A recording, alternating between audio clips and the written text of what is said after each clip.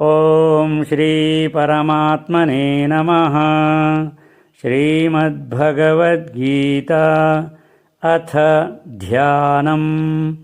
ಸರ್ವೋಪನಿಷದೋ ಗಾವಃ ದೋಗ್ಧಾ ಗೋಪಾಲನಂದನಃ ಪಾರ್ಥೋ ವತ್ಸಸ್ಸುಧೀರ್ಭೋಕ್ತಾ ದುಗ್ಧಂ ಗೀತಾಮೃತಂ ಮಹತ್. ವಸುದೇವಸುತಂ ದೇವಂ ಕಂಸಚಾಣೂರಮರ್ದನಂ ದೇವಕೀ ಪರಮಾನಂದಂ ಕೃಷ್ಣಂ ವಂದೇ ಜಗದ್ಗುರುಂ. ಭೀಷ್ಮದ್ರೋಣತಟಾ ಜಯದ್ರಥಜಲಾ ಗಾಂಧಾರನೀಲೋಪಲಾ